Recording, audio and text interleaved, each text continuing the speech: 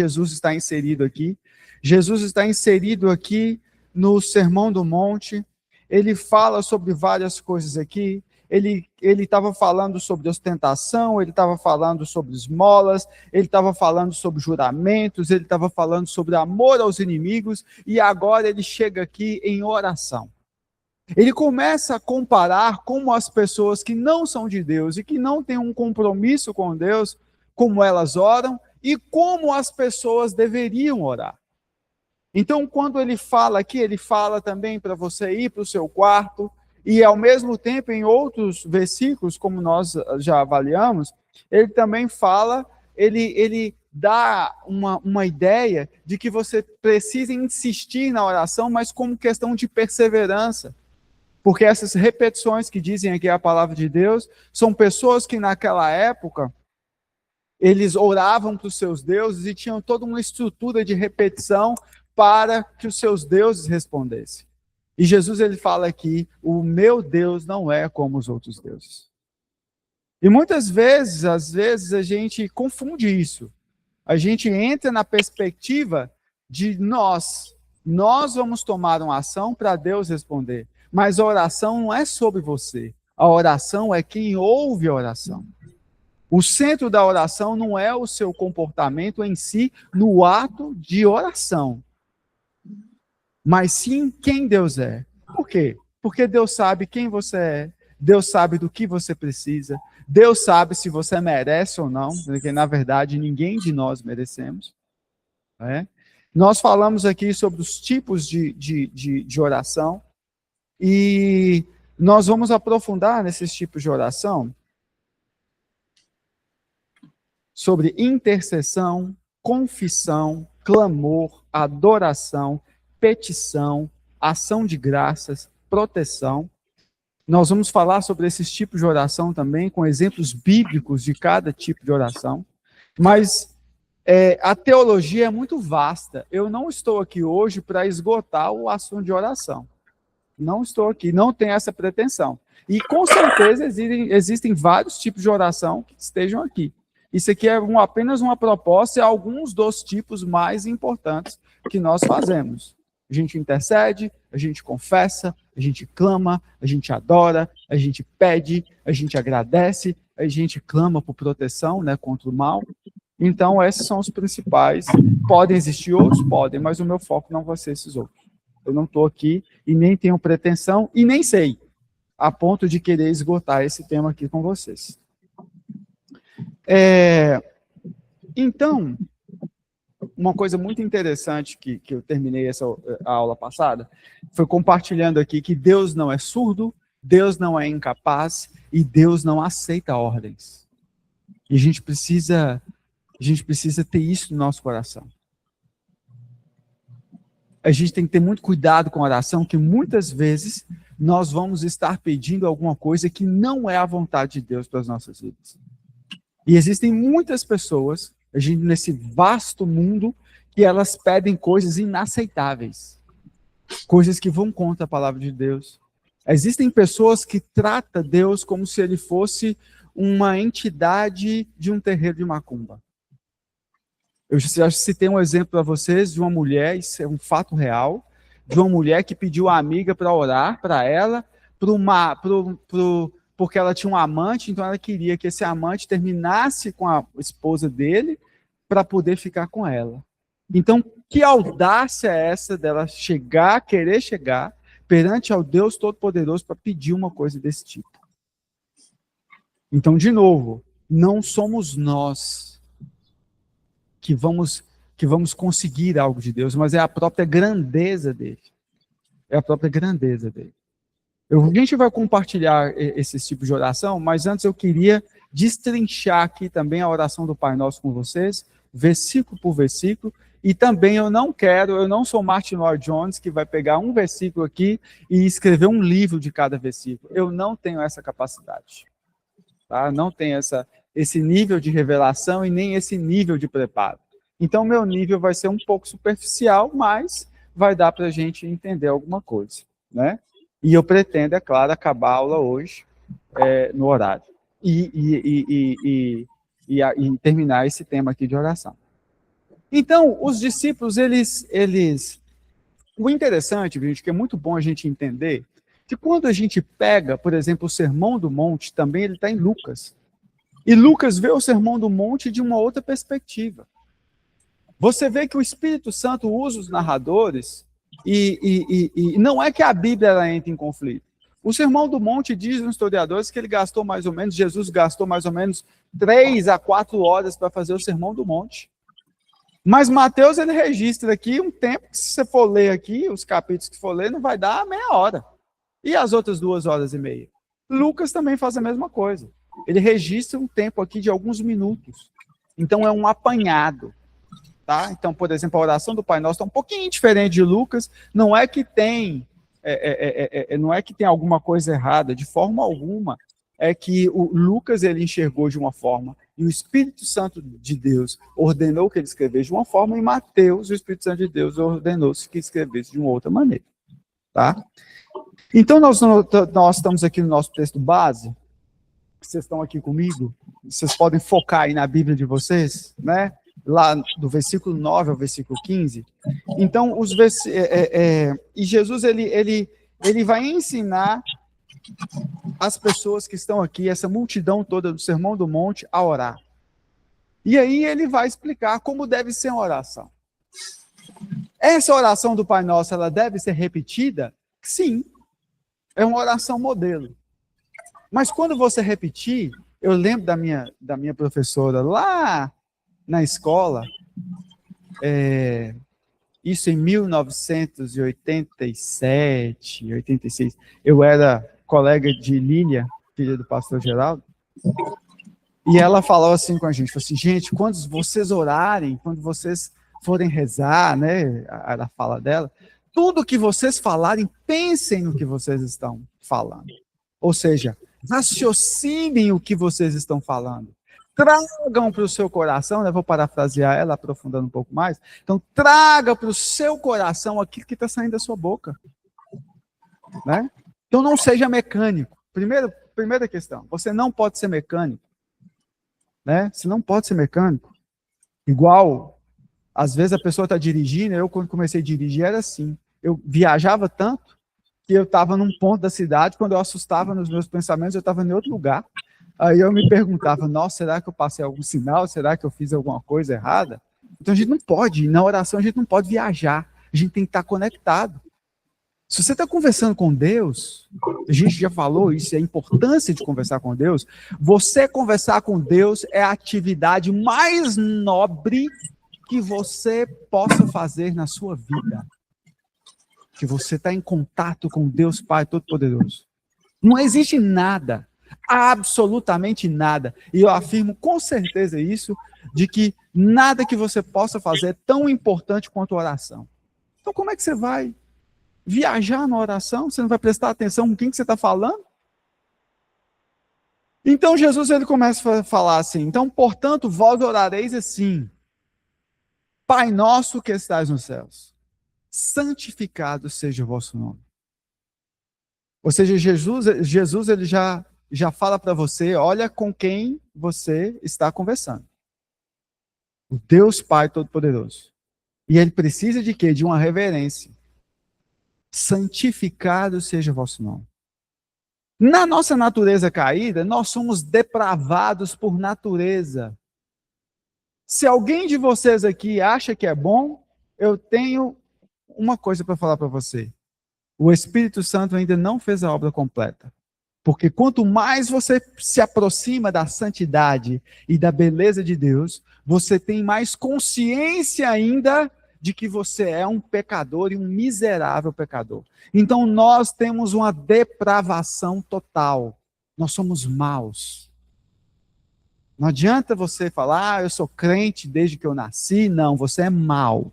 Você tem desejos maus. Você tem uma natureza maligna aí dentro, que muitas pessoas não conhecem e nunca vão conhecer e nem precisa conhecer. Cônjuges não vai saber da natureza 100% do outro. Nós somos depravados por natureza. Nós estamos estragados pelo pecado. Porque Deus nos fez para ser eternos. De cara, nós vivemos no máximo, diz a Bíblia, 120 anos, e a partir dos 70 é só cansaço. Então nós somos depravados. Então Jesus ele já chama a atenção. Pai nosso que estais no céu, santificado seja o vosso nome. Imagina o que o céu faz com Jesus, com Deus? Clama o tempo inteiro, né? Tem os 24 anciãos, os 4 seres viventes, clamando o tempo inteiro o quê? Santo, santo, santo. Aí tem gente até que fala, mas o céu vai ser tão chato que a gente vai ficar cantando e falando santo o tempo inteiro. Pessoal, então vai para o inferno, né? Tem 2 caminhos. Tem 2 caminhos, mas tem gente que fala isso sofrendo. Nossa, nós vamos cantar o tempo inteiro. Isso não é importante agora. Né? Então vai para o inferno. Simples assim. Existem 2 caminhos, não existe um lugar intermediário. Você vai para A ou você vai para B. Né? Ou você vai para o céu ou você vai sentar no colo do capeta. Ou você vai cantar santo. Né? Mas então, por que eu estou falando isso? Por causa da reverência. Os anjos veem Deus, eles enlouquecem. Assim, nossa. Então eles paralisam, eles cantam santo, santo, santo. Então Jesus ele coloca isso aqui para a gente ter uma consciência disso. Tenha a consciência de quem Deus é, porque na nossa natureza caída nós não temos. Nós não temos. Aí ele continua: venha o teu reino, faça-se a tua vontade, assim na terra como nos céus. Presta atenção nessa expressão, venha o teu reino. O reino de Deus, ele está, entre aspas, impedido de se concretizar desde a queda de Adão. Então, quando Jesus ele morreu na cruz, ele veio instaurar novamente essa perspectiva da vinda do reino. Tanto que Jesus falou que me espere porque eu voltarei. Então, Jesus ele começa o projeto na morte, na cruz do Calvário, e ele vai terminar esse projeto voltando uma segunda vez para buscar a sua igreja. Então, venha o teu reino. É o sonho de Deus de estabelecer novamente aquilo que foi criado no Jardim do Éden. Aquilo que foi criado com Adão e Eva ali nos primórdios. Então, Deus ele tem esse anseio. E esse anseio de Deus é desde o início dos tempos. Tanto que Deus não desistiu de nós. Ele podia ter matado, né? Fazendo essa raça ruim, eu vou matar. Né? Eles fizeram isso, comeram o fruto da árvore, pegava Adão, pegava Eva, matava tudo, acabava tudo, pronto, matava 2 ali, né? E exterminava tudo. Mas não, ele tinha um plano, ele tem um plano. E um plano que envolve o sofrimento dele mesmo. E é isso que é inacreditável. Um plano que envolve o sofrimento dele mesmo através do filho dele, Jesus. Então, quando ele fala, venha o teu reino, é uma coisa muito forte. Então, quando a gente for orar, a gente tem que entender, venha o teu reino, é algo extraordinário, é algo que tem aí mais de 7.000 anos, 10.000 anos de história, de um Deus que decidiu formar a gente, fazer a gente, mesmo sabendo tudo que ia acontecer, mesmo sabendo de todas as tragédias, mesmo sabendo da nossa miséria, mas ele fez tudo isso porque ele sabia também que existiriam os remanescentes, os filhos dele, que iria fazer diferença e para Deus faria tudo valer a pena. Vai fazer tudo valer a pena. Você quer falar alguma coisa, Diego? Rapidamente, assim, dentro dessa parte, né? Como a oração do Pai Nosso é o modelo da nossa oração, né, que Jesus inicialmente já explica isso, né? E é interessante que as três primeiras petições do discípulo, então ensinando o discípulo a orar, ele ensina algumas petições. A primeira é, santificado seja o vosso nome. A segunda é, venha o teu reino. A terceira é, faça a sua vontade. Ou seja, onde está sendo a primazia da sua oração? Que a gente já chega pedindo, me ajuda naquilo. Deus, me dá isso. Deus, eu vou fazer isso. Então, normalmente a nossa oração é muito invertida. Primeiro é nós e depois é Deus.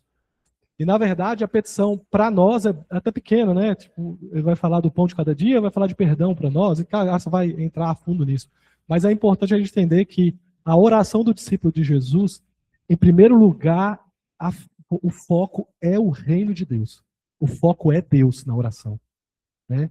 Você vê que é 3 petições e 3 petições sobre o reino. Depois a gente vai pensar em outras coisas. E isso precisa começar a... Essa proporção, eu imagino que não é por acaso. Eu entendo que não é por acaso. É o modelo de oração de Jesus, né? Então isso também tem que permear a nossa vida. Você tem orado pelo reino de Deus? Você tem orado pelas coisas de Deus? Você tem se envolvido nisso na oração? Ou sua oração é muito focada em você? E qual que é o perigo disso, né? Da oração focada só em nós? Talvez ela possa aprofundar mais nisso. Mas lembra disso, gente. A primazia é de Deus. Porque se o reino está implantado, eu sei que coisas boas vão acontecer com todos, né? Então Deus não pensa muito na pessoa individual somente, né? Ele não quer que você pense assim também. Obrigado.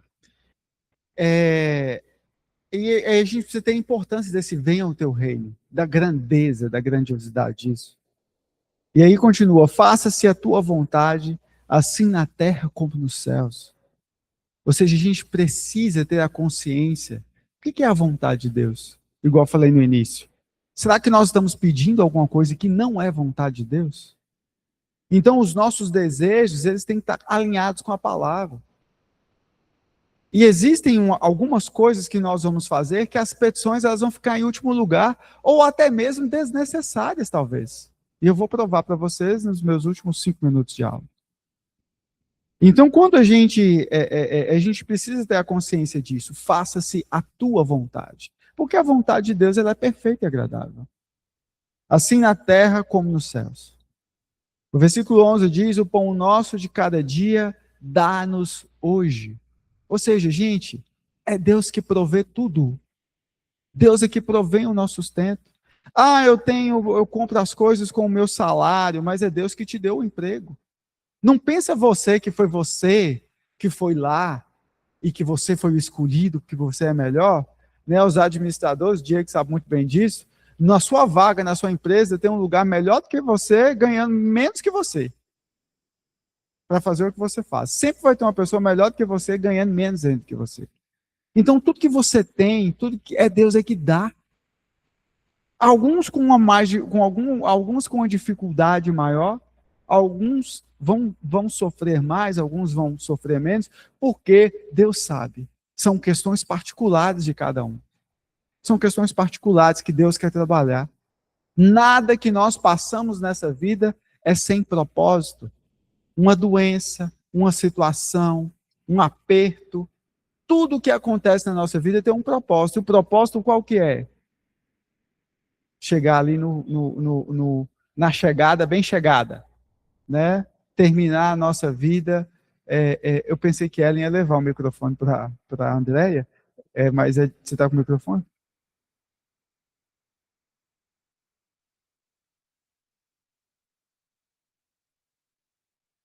Claro, só não sei se vou responder à altura.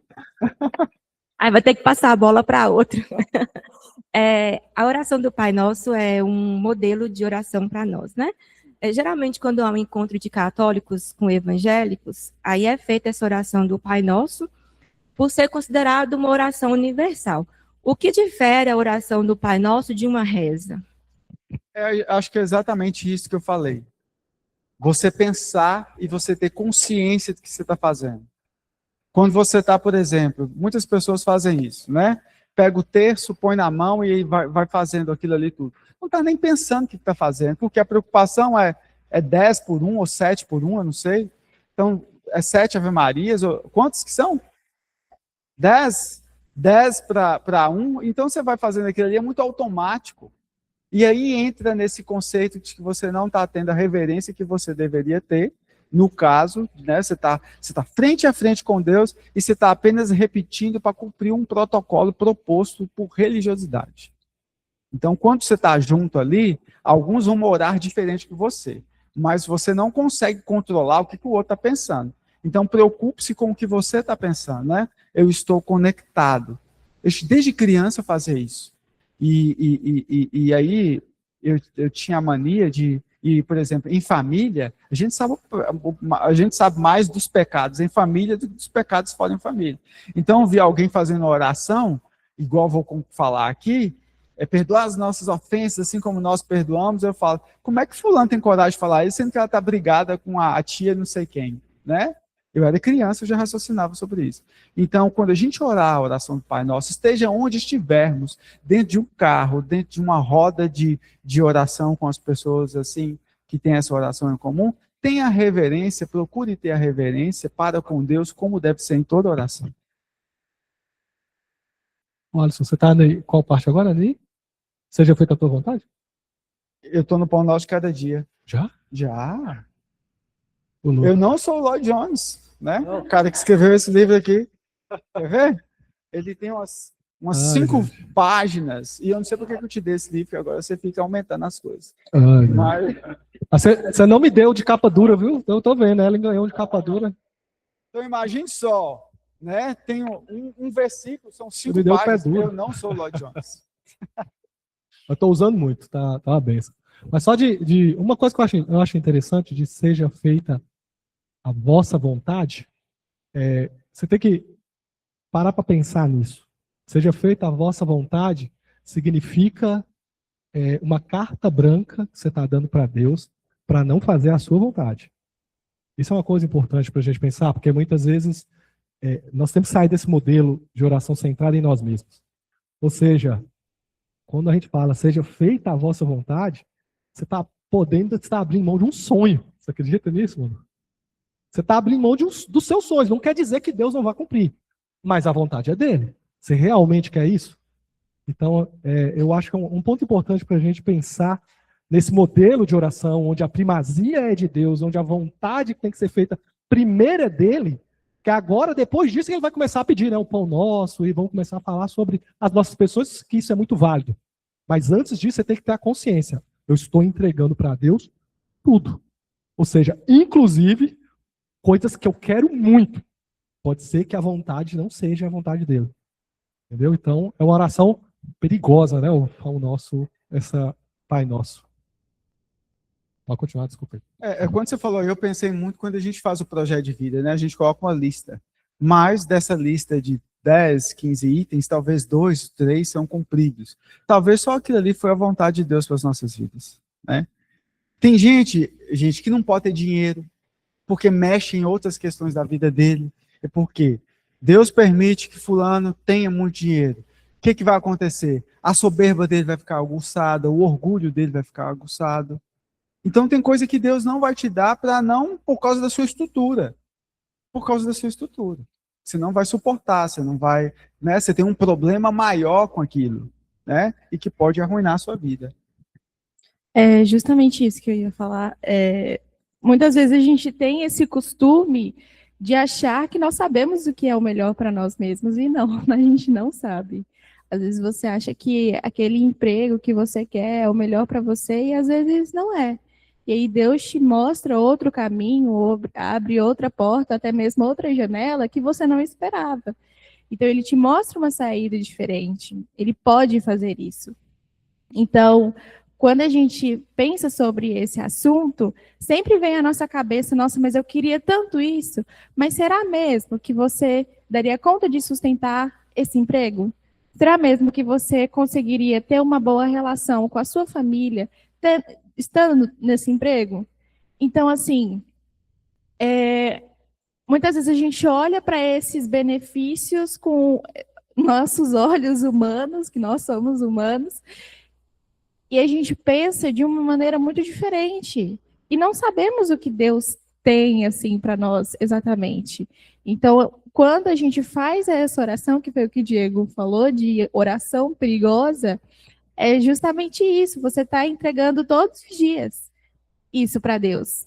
Você está entregando essa carta branca todos os dias para Deus, falando, olha, Deus, eu não sei do meu futuro, eu não sei o que pode acontecer, eu não sei se eu posso morrer agora, ou se eu posso morrer amanhã, se o Senhor vai voltar hoje, se eu vou voltar amanhã ou daqui 100 anos, eu não sei.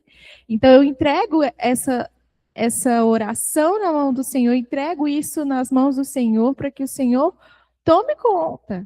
Só que aí, nós esquecemos, muitas vezes, e no nosso dia a dia, isso passa a pesar também.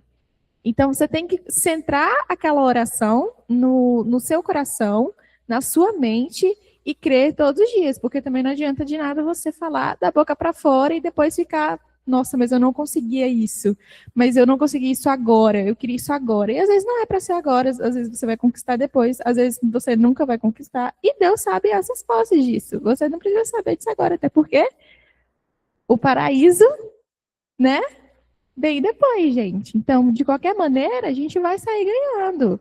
De qualquer maneira, Deus tem o melhor para nós. Vamos lá, então? Obrigado pelos acréscimos. Só para encaixar nessa questão de mandou rapidinho, Sim. tem só para encaixar no que ela está falando, que às vezes quando a gente fala isso, né, e está centrado assim, não, coisas estão acontecendo, mas é o melhor para nós, mas muitas vezes não vai ser o melhor para nós, mas vai ser o melhor para o reino. Eu tenho certeza que Paulo não queria morrer na prisão, eu tenho certeza que Paulo não queria ter passado anos preso, açoitado, toda aquela doideira que ele viveu. Mas olha as bênçãos das cartas que ele escreveu na prisão e que hoje abençoa todas essas pessoas. Carta de Paulo aos Filipenses, a Colossenses. Ele parado ali na prisão, Deus usou ele para reger toda a igreja. O Paulo ali, em vida não teve vantagem com isso.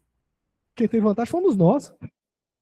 Entendeu? Então muitas vezes o seja feito a sua vontade não necessariamente vai nos guiar para uma coisa boa, em tese, para a nossa vida atual, mas para o reino de Deus como um todo. E é essa também a nossa disposição. Você quer o reino de Deus? A sua vida, você acha que o reino de Deus vale isso? O entregar da sua vida?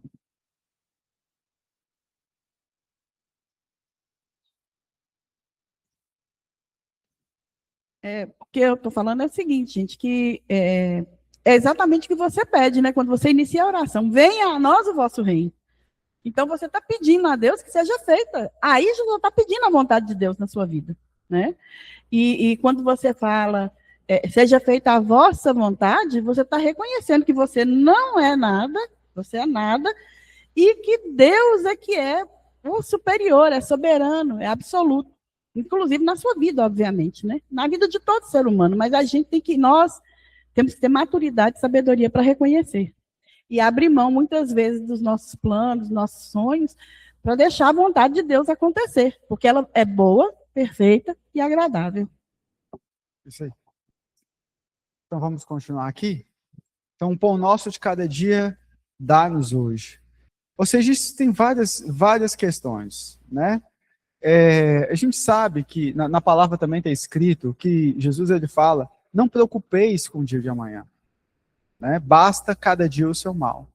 E Jesus também fala que a questão que os passarinhos, que são bem menos importantes, eles têm as flores, se vestem com toda a sua glória, mais do que Salomão e tudo mais. E imagina nós, que somos mais importantes, né? O pastor Geraldo quer falar aqui. Imagina nós somos mais importantes. E Deus chama a atenção para isso. O pão nosso de cada dia nos dai hoje. E esse pão nosso de cada dia, eles têm algumas atribuições. Uma questão para a gente não nos preocupar com o dia de amanhã e com as demais coisas. Porque existe aquilo que é mais importante e existe aquilo também que é supérfluo.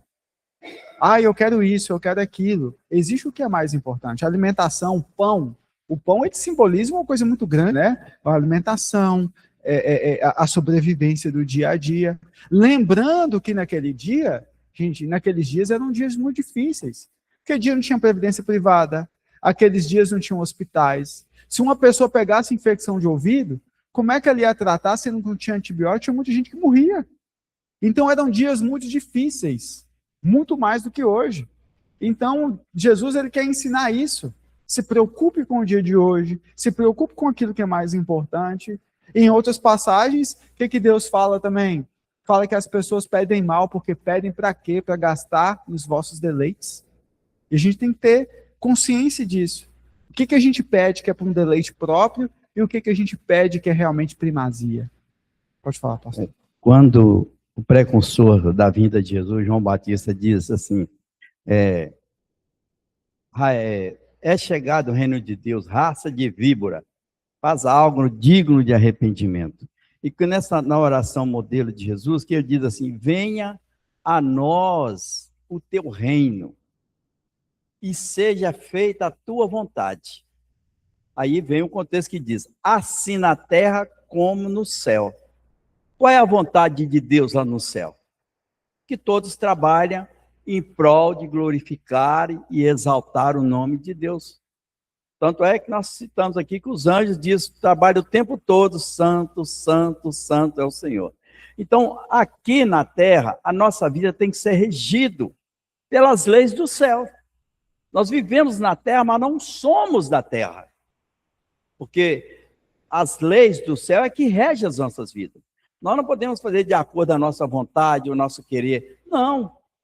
Tem princípios que precisam ser obedecidos. E esse princípio está na palavra de Deus. De amar, de perdoar, de compartilhar, de dividir, de ter comunhão. E sempre exaltar o nome do nosso Deus.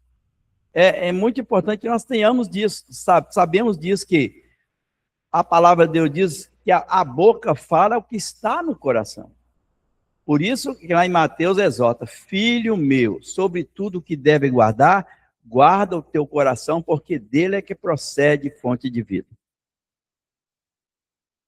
Ótimo.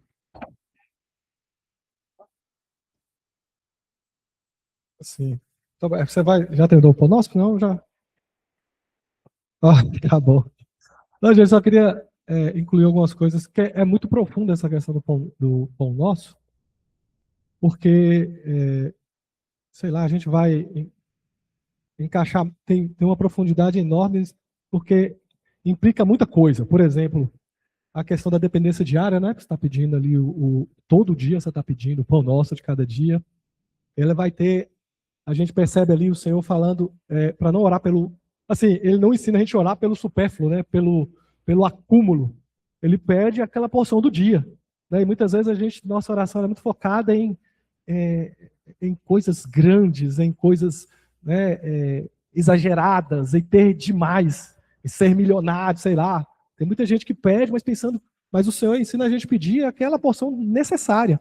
Não quer dizer que a gente não vai ter mais, mas ele não ensina a gente a orar por tudo isso, né? Tem a dimensão comunitária, então é pedir para nós, né? O pão nosso. Tem gente que só pede para si. Já pensou nisso? Então, quando você está orando ali, se você segue esse modelo, você não vai pedir só para você. Você vai pedir para nós, toda a família da fé. Eu falei isso lá atrás, algum tempo atrás, estava pensando sobre isso. Quando a gente ora pelo pão nosso de cada dia, inclusive é o ensinamento de Lutero, lá atrás. Quando ele ensina o pão nosso, ele vai ensinar essa questão que é orar por toda a cadeia que faz o pão chegar na sua mesa. Cara, você orar para o pão nosso, você vai ter que orar para o padeiro, você vai ter que orar para os caminhoneiros que trazem o trigo, para o cara que planta, para a economia do país, porque se a economia do país, se não orar pelo presidente, para a turma toda, para não dar tudo certo, a inflação subir, não vai ter pão na mesa de muita gente. Talvez vai ter na sua, mas um monte de gente não vai ter pão porque a inflação está muito pesada. Você entendeu? Quando a gente ora pão nosso, existe uma necessidade de orar por toda uma cadeia até chegar esse pãozinho, esse alimento. Então, assim, essa frase de Jesus, ela é extremamente profunda, em diversos ângulos, né? Então, vocês precisam pensar nisso na hora de orar. Né? Tem gente que não sabe o que orar, né? A pastora mesmo fala que, eu já vi ela comentando algumas vezes, que quando ela está instruindo algumas pessoas, as pessoas dizem, eu não consigo orar, 2 minutos, 5 minutos, acabou o assunto. Gente, se pegar esse modelo do Pai Nosso, você fica horas e não termina. Por quê? Porque há uma profundidade nisso. Eu não estou pedindo para mim, eu estou pedindo para nós. Eu não estou pedindo, essa porção que chega na minha mesa aqui, tem um monte de gente envolvida. Então eu posso orar por eles também, para que isso continue. Né? Então vamos lá, já para o próximo versículo 12. E perdoa as nossas dívidas, assim como nós temos perdoado aos nossos devedores. A gente já tem um pré-requisito aqui, que a oração do Pai Nosso é para os filhos. Quem não é de Deus, ele não vai perdoar mesmo, não. Então aqui já tem uma premissa.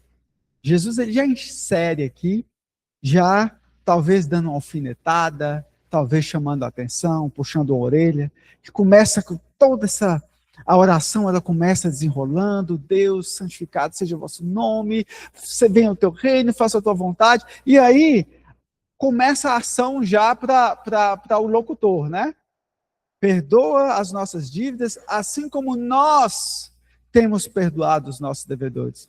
E tem gente que tem a audácia de falar isso para Deus com umas 3 ou 5 pessoas que ele nem conversa, que ele quer matar, que ele, né? Então, isso chama a atenção dos dias de hoje. A gente escuta muito isso, já escutei várias vezes isso. As pessoas, mas eu vou para o inferno, mas eu não perdoo fulano de tal, né? O que eu posso fazer? Dá tchau, vai. E nós temos que ter muito cuidado com isso, porque a nossa natureza pecaminosa, ela quer fazer o quê? A nossa vontade. Mas o que Deus pediu? O que Jesus pediu? Pegue o meu fardo, pegue a sua cruz. Então a gente tem que saber tratar. A gente tem que ter muito cuidado, porque tudo que nós temos, gente, está pervertido. As pessoas gostam de, às vezes, justificar o seu comportamento pela sua personalidade. Uma vez eu fui exortar uma parente minha, você não pode fazer essas coisas que você faz, porque a família toda estava com raiva dela. Mas eu sou assim, o que eu posso fazer? Tem que mudar. Tem que mudar. Mas eu sou assim. Precisa mudar, precisa ser transformado. Precisa deixar o Espírito Santo transformar. Isso é um sinal de que o Espírito Santo não está tendo a oportunidade de operar na vida da pessoa. Porque a pessoa sempre é daquele jeito. Então, às vezes, as pessoas justificam a sua personalidade. A gente separa muito as coisas. Os temperamentos, né? A Ana Clara gosta de falar disso, de temperamentos. O temperamento isso, aquilo. Todos eles têm uma coisa em comum, Ana Clara. Estão todos pervertidos e cheios de maldade. Então, nós temos que organizar nossa casa. Né? Nós temos que... Não é porque eu sou colérico que eu vou dar vazão à ira. Não é porque eu sou fleumático que eu vou baixar a cabeça sempre. Não é porque eu sou isso ou aquilo, que eu sou sanguíneo, eu vou ter liberdade para fazer com o outro aquilo que eu quero. Jamais. Jamais. Né? Então, nós temos que frear, né? Nós temos que deixar a nossa vida ser comandada por Deus. Então, perdoa as nossas dívidas, assim como nós temos perdoado os nossos devedores. E o interessante é que quando você for lá no capítulo 14 e 15, Jesus ele reforça. Já vou fechar o 14 e 15 aqui já, tá? Porque se perdoardes aos homens as suas ofensas, também vosso Pai Celeste vos perdoará. Se, porém, não perdoardes aos homens as suas ofensas, tampouco vosso Pai vos perdoará as vossas ofensas. Então, Jesus ele faz um reforço aqui com mais 2 versículos. Então, ou seja, porque Jesus sabe que muitas pessoas estavam perdendo por causa dessa questão aqui, e como ele é Deus, ele sabia que muitas pessoas iriam perder esse relacionamento com Deus por causa disso aqui também. Agora, quando fala perdoa as nossas dívidas, aí abre um leque muito grande. O que é o perdão? E a pessoa acha que perdão é uma coisa corriqueira, que se eu bati no carro do irmão, eu falo, irmão, me perdoa. Não é caso de perdoar, é você ir lá pagar o que você fez. Aí eu quebrei uma ferramenta do irmão, me perdoa. Não, perdão vai além daquilo que você não tem como recuperar. Né? Se eu, por exemplo, eu denegri a imagem de Alisson, eu não tenho como eu ir lá e consertar. Eu tenho que chegar, meu irmão, você me perdoa, eu pisei na bola, falei isso, falei. Aí é uma questão de perdão. Né? Foi o que Jesus Cristo fez. Aquilo que era uma dívida que era impagável, que nós não conseguimos, ele nos perdoou. Então, o que nós temos que olhar é o seguinte, o que significa perdão e o que é atitude correta. Né? Porque nós hoje, tudo que a pessoa... Você pisou no pé de algum, irmão, me perdoa. Aí você tem claro, você não tinha jeito como consertar, pisou mesmo. Né? E nós precisamos levar isso, que sabe, um leque muito grande, quando nós falhamos, que nós pecamos com o outro irmão. Tanto é que a palavra de Deus diz, se você for ofertar e tiver uma dívida com alguém, você vai lá, reconcilie com ele, depois vem entrar a sua oferta para que ela seja aceita. Então, o perdão é uma coisa muito séria. Porque quem perdoa, que o ofensor, aquele que te ofendeu, o perdão é benefício para você. É isso que nós temos que entender. Vai ter situações, a gente tem que ter muito cuidado na hora que vai falar isso, porque vai ter situações que você vai perdoar. Perdoar, eu vejo normalmente assim como você isentar de uma dívida mesmo. Tem um caso clássico. Eu emprestei R$100 e aí a pessoa não me pagou, está perdoado. Eu perdoo a dívida de R$100. Não vou lá matar, esgoelar a pessoa por causa de R$100. Calma, viu, Bradock? E você perdoa, é porque toda vez que eu falo assim, de perdoar uma dívida, o Bradock já remexe ali. Mas vai ter situação que você não vai poder conectar com a pessoa de novo. Supomos que você tem uma conexão com a pessoa. Às vezes a pessoa ela demonstrou que você não é digno de confiança nela mais. Então você perdoa, mas você não pode ficar ligada com ela novamente igual você estava ligado de novo. Né? Supomos, sei lá, você tem um amigo. Você leva esse amigo para sua casa, você é um homem casado. Aí o amigo vai dar de cima de sua esposa. Tá, você perdoa ele, mas você vai pôr esse amigo de novo em sua casa de novo? Não. Deu para entender? Eu só quis fazer essa ilustração tosca, mas para vocês entenderem isso. Vai ter situações que vocês não vão poder conviver mais. Até mesmo para a sua saúde. Que tem gente que também é assim. Eu sou assim e as pessoas têm que me aceitar do jeito que eu sou. E muitas vezes é uma coisa que você não gosta na pessoa, que a pessoa vai levar para situações que vai te constranger. Teve uma vez mesmo que eu viajei com um amigo meu, coisa de trabalho, né? Eu não tinha que escolher com quem eu viajava também. E esse rapaz começou a mexer com a mulher lá, ele queria mexer com a mulher de um cara barra pesada. Eu assim, meu Deus do céu, nós vamos morrer aqui. Nós vamos morrer aqui, porque claramente o cara era um traficante. Gente, isso foi lá em São Paulo, na zona oeste de São Paulo, quem conhece São Paulo, era na boca de uma biqueira, falou assim, nós vamos morrer aqui, porque a gente foi visitar uma fábrica lá perto. Você acha que eu ia sair de novo com esse amigo, para eu ir voltar naquele lugar de novo com ele? Jamais. Eu ia comer um pastel na rua, mas eu não entrava lá de novo com ele. Então a gente tem que saber algumas circunstâncias e situações que vai fazer com que eu restabeleço ou não o relacionamento. E vai de coisas mais simples. Tem gente, que é ignorante. Você vai conversar com uma pessoa ignorante, ela já te dá 10 respostas em cima de você. Você vai conversar com ela de novo? A não ser que você queira ouvir os desaforos de novo. Então, eu sou assim. Tem gente que é ignorante comigo, então, ó, essa parte, eu já converso com fulano de jeito, com fulano de jeito, com fulano de jeito, com fulano de jeito. Até mesmo para a minha saúde mental. Então, a gente tem que saber discernir essas coisas. Você consegue ter um relacionamento fiel? Não consegue, por causa da outra parte, que tem gente que é casca grossa mesmo. Eu sou desse jeito, quem quiser me aceite assim. Então eu não aceito, né? Então eu não aceito e muito obrigado. A gente tem que lembrar também que na igreja ninguém é santo, né? Nós estamos no caminho de santificação. Mas infelizmente tem alguns que são menos santos que os outros. Eu tive alguns casos aqui na nossa igreja, gente, e tem 25 anos que eu congrego nessa igreja, graças a Deus. Eu estou contando para vocês, não é reclamação, eu só estou contando para vocês terem ideia de como que as coisas acontecem. Tem pessoas que, infelizmente, estão na igreja e acham que você tem obrigação de atender a todas as necessidades que ela tem. Então, assim, teve uma pessoa que uma vez me procurou para fazer um trabalho, né, uma defesa na área jurídica, né, trabalhista, e ela falou comigo assim, quanto que você vai me cobrar? Eu falei, o valor X, né, muito abaixo do que eu cobraria em outra situação. Tudo bem, aí ela me pagou metade. Depois passou um tempo, aí eu falei com ela, fulana, você podia acertar comigo a outra parte. Ela falou, não, você vai ver com o meu marido. Eu falei, mas eu não combinei nada com seu marido, não. Eu combinei com você. Ela falou, não, eu já conversei com ele, ele vai te pagar a outra parte. Tudo bem, fui lá, conversei com o marido. Aí ele falou assim, não, ela que combinou com você, ela que tem que te pagar. Ô, gente, eu vou falar com vocês, que eu tive tanta vontade de dar um murro na cara daquele sujeito, daquela mulher, que Deus sabe o tanto que eu tive que ficar calada, que engoli, de tanta raiva que eu fiquei. Mas aí eu orei e falei, Deus, tira do meu coração, não quero mais esse dinheiro não me pertence.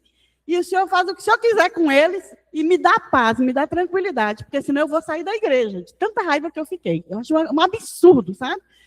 E tinha uma outra irmã aqui na igreja que, gente, tudo quanto é problema que a criatura tinha, ela ia atrás de mim. E chorava, e fazia escândalo. Teve um dia que ela chegou na porta da casa da minha mãe gritando, nada mais de socorre, pelo amor de Deus, que não sei o quê. Quem conheceu a igreja aqui há um tempo atrás deve lembrar quem é.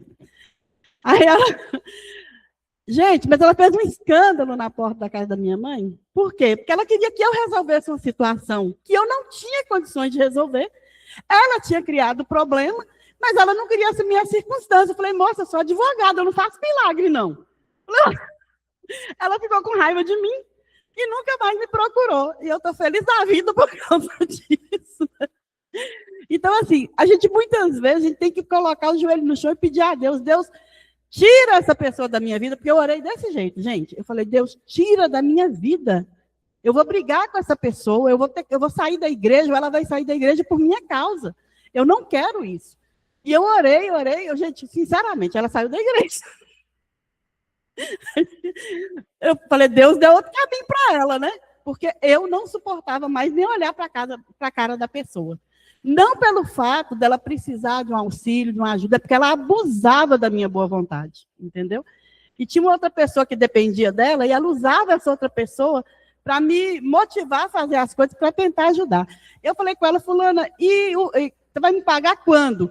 Ah, semana que vem eu te pago, semana que vem eu te pago, semana que vem eu te pago, deve ter uns 10 anos, ela nunca me paga. Então, assim, a gente, muitas vezes, para a gente viver bem na igreja, a gente tem que esquecer muita coisa, você tem que perdoar. E graças a Deus, eu conto isso aqui para vocês, eu tive muita raiva na época, mas hoje isso não influencia em nada na minha vida, entendeu? Então, assim, Deus realmente me deu condições de perdoar a pessoa. Eu não sei se ela me perdoou, não, mas Deus me deu condições de perdoar, apesar de tudo. Uma coisa que é imperativa nessa questão de perdão é que você não pode desejar mal para a pessoa e você também não pode deixar no seu coração que ela pague a dívida que ela tem com você. Ou seja, é liberação, é liberalidade. Isso é imperativo. Vamos então continuar aqui? E aí, versículo 13 já diz assim, e não nos deixeis cair em tentação, mas livra-nos do mal. Gente, essa questão é muito importante, porque a qualquer momento nós podemos cair em tentação. Não acha que você é o super crente, não.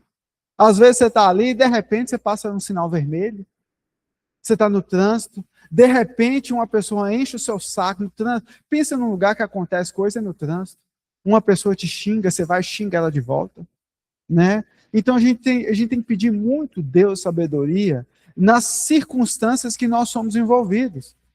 Às vezes você acha assim, eu não sou ladrão. Você não é ladrão porque não tem oportunidade.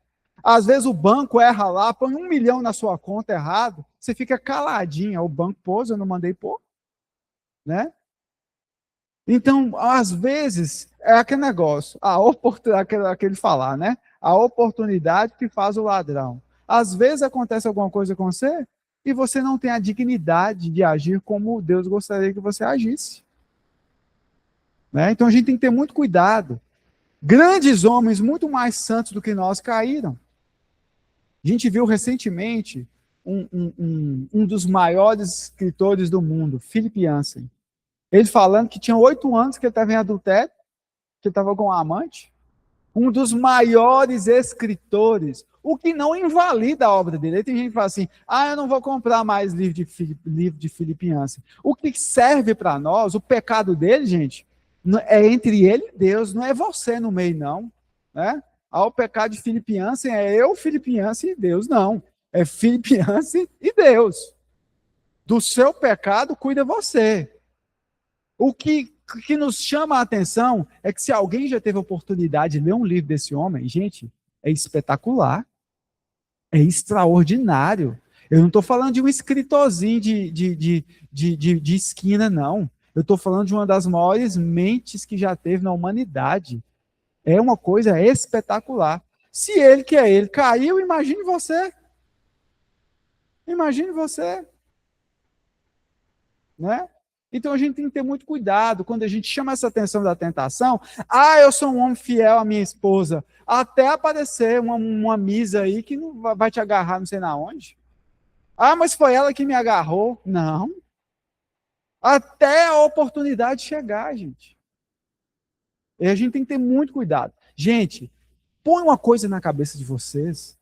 Todos nós somos depravados, nós temos uma depravação natural. Não queira achar que você é melhor do que ninguém, não, que você não é. Você é farinha do mesmo saco, você saiu desse pó aqui, igual eu, igual todo mundo. Se você é alguma coisa, é pela obra e o poder do Espírito Santo. Então a gente tem que ter muito cuidado, porque o pecado está à porta e ele vai aparecer. Uma hora ou outra ele vai aparecer. E não vai achando também que você é muito bonzão, não. Todo dia você peca. Dá uma olhadinha aqui, uma coisinha ali. Às vezes a gente peca, gente, voluntário, involuntariamente. É desse jeito. Então a gente tem que estar muito firmado. E a oração do Pai Nosso, ela nos lembra disso. Não nos deixeis cair em tentação, mas livra-nos do mal.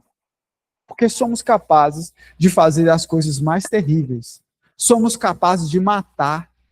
Mas eu jamais mataria alguém. Põe uma arma dentro do seu carro e acontece alguma coisa para você ver, se você não pega ela e atira na pessoa do outro lado. Vai atirar sim. Vai atirar. Então a gente tem que ter muito cuidado, porque nós somos pecadores, somos perversos, somos da pior espécie. Mas você está pegando pesado demais. Não vem achando que você é príncipe e princesa de Deus, não, porque isso é no outro sentido, você vai ser. Isso é futuro. Príncipe e princesa do Senhor. Né? Pode até ser depois que o corpo for glorificado, mas hoje é um miserável, um pobre, um pecador que merece da graça e da misericórdia de Deus e que se não for o poder do sangue de Cristo na sua vida, você está ferrado. É isso.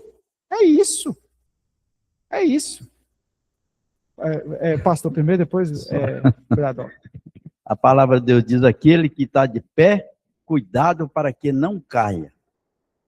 O pecado nos assedia o tempo todo. Nós temos que vigiar. Isso quer dizer, que, como a palavra de Deus, que nos livra da tentação, não deixa cair em tentação. Isso é a dependência de Deus. Né? Onde que nós estamos cheios do Espírito Santo, que nós vamos identificar aquilo que nos afasta de Deus. Quando a mulher como é que chama o homem? Esqueci. Que quis assediar José, o que ele fez? Potifar, até o Boitifar que fala, né? Boitifar, era chifrudo. Então, o que José fez? Ele foi fugir. Tem situações que nós temos que fugir, querido. Né? Hoje, porque nos dias atuais, presta atenção para você como é. Nos dias atuais, se você estiver num lugar conversando com uma pessoa, numa sala, ou com um homem ou uma mulher, e a mulher cismar que ela tem interesse em você, ela chega lá e fala assim: Alice tentou me agarrar, aí ela vai lá, rasga a blusa dela, quem é que vai ser o culpado? Alice, vai ter preso. Né? Então hoje nós temos coisa que nós temos que fugir, gente. Não dá legalidade a essas situações, nós temos que estar atentos a essas coisas, nós temos que vigiar.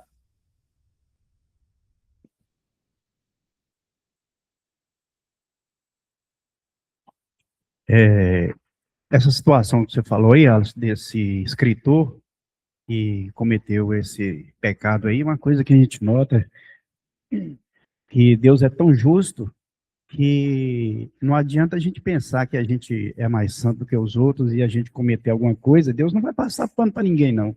Como ele não passou para Davi, para Moisés e grandes homens da Bíblia, né? Se você errou, você vai pagar mesmo, não tem jeito. E quanto a esses R$100 que Alice falou, eu não estou devendo ele não, viu, gente? É só para retratar aí. Gente, nesse tópico de tentação, só para colocar alguns pontos. Primeira coisa é que a tentação é inevitável, né? A própria palavra fala que todo mundo vai ser tentado. E aí, o Senhor nos instrui a fazer algo com a tentação. Ou seja, não ficar deixando a tentação ir crescendo e vivendo ali perto de você. o Senhor nos instrui a trabalhar no momento da tentação e não no momento do pecado. Porque a tentação ele vai te caminhar para o momento do pecado. E eu vi uma frase essa semana que é melhor confessar a tentação que confessar pecado. E a igreja, às vezes a gente quer manter uma pose de espiritualidade. Então, quais os problemas que levam você a deixar a tentação maturar, até você cair no pecado? A primeira coisa é você tentar manter uma pose de super espiritual, de bom demais. Então, quem é bom demais não vai confessar que está atraído por uma mulher que não deveria estar, não vai tentar que está atraído por pegar um dinheiro que não deveria pegar. Ele não vai fazer isso. Por quê? Porque eu tenho que manter a minha imagem. O segundo lugar que gera um problema de cair em tentação é o nosso isolamento. Ou seja, a igreja está aqui e na Bíblia o ensino para não cair em tentação é confesse uns para os outros. Eu sentar com o Caio e falar, Caio, cara, eu estou com vontade de fazer, eu sei que é errado, só de você fazer isso é uma atitude que vai te curar e te prevenir de não deixar uma tentação virar um pecado. Entende? Então, tem dois problemas graves que a gente vê como igreja. Então, não estou falando para as pessoas do mundo, estou falando para nós. Primeira coisa, a gente tem que ter a humildade de cortar isso, sabe? Eu sei quem eu sou, eu vou ter humildade de entender isso, eu vou parar de proteger a minha imagem. Para! Segundo você tem que ter amigo de Deus, amigos cristãos, pessoas de confiança. Se seus amigos é tudo do mundo, cara, você está no pé do mundo. Se você não tem ninguém de confiança que é da fé, você está enrolado. Porque, claro, você não vai confessar tentação para qualquer um, porque, cara, até dentro da igreja realmente tem pessoas que não têm maturidade, vai pegar, contar seu caso, vai te prejudicar. Mas você tem que buscar isso, tem que orar por isso, e você tem que estar aberto a fazer amizades com pessoas de confiança. Não são pessoas perfeitas, gente, mas pessoas de confiança, pessoas da fé. Pessoas que você pode sentar ali e falar, cara, eu tô com essa situação, essa, me ajuda. Vamos orar junto. E a palavra diz que se confessar uns para com os outros, vai trazer cura. Entendeu? Então nós, como igreja, temos que tentar criar um ambiente de comunidade, de amizade, né? Um ambiente de confiança, igual o Pavão está falando ali no meio. Entendeu? Então, gente, é isso. A gente precisa tratar, a oração do Pai Nosso nos ensina a tratar a tentação para que ela não vire um pecado. Tem tratamento para o pecado também, mas é pior, é mais doloroso, é mais longo o caminho. Reconstruir é muito mais difícil. Uma tentação é normal. E a gente pode lutar contra isso. Pessoal, o que acontece aqui? Eu queria terminar hoje, mas se eu for terminar, eu vou passar um pouco e eu vou respeitar o horário. Mas só para pensar esse negócio que Nádia falou aqui, me lembrou de uma coisa, para a gente falar de oração ainda, que o crente ele precisa respeito, ele precisa se dar ao respeito. Nesse carnaval todo, a gente passou de carnaval agora, essa semana de carnaval, eu vi, né, um grupo de crente no meio do carnaval, ajoelhado, orando. Então, assim, para mim, ali era o melhor lugar da oração. Pense comigo que não é a ação da pessoa, é quem recebe a oração. Então, muitas vezes, os crentes não se dão ao respeito. Não se dão ao respeito quando se envolvem com pessoas mundanas, inclusive em política. Não se dão ao respeito sendo massas de manobra de político. Não se dão ao respeito nessas questões de carnaval. Está lá para evangelizar. Tá bom, acabou o carnaval, vai evangelizar agora? Não vai. Não vai. Vai lá no mercado, sábado de manhã? Não vai. Vai lá, vocês vão lá no mercado, 5 horas da manhã, ver se tem crente lá. Mas no carnaval, o crente quer ir evangelizar. Então a gente tem que ter um discernimento. A gente tem que ter um discernimento e tem que ter um respeito. Se deem ao respeito, porque nós representamos um reino. E Jesus também falou, quando os apóstolos forem evangelizar, vocês vão entrar na casa. Se a pessoa não aceitar, vocês batem o pó aí e larga para lá. Dá o sinal. Então, a gente precisa ter muita consciência dessas coisas. A gente vê hoje uma igreja manobrada por questões de poder. As questões de poder, as pessoas querem manipular a igreja. E eles aprenderam que eles podem manipular o voto.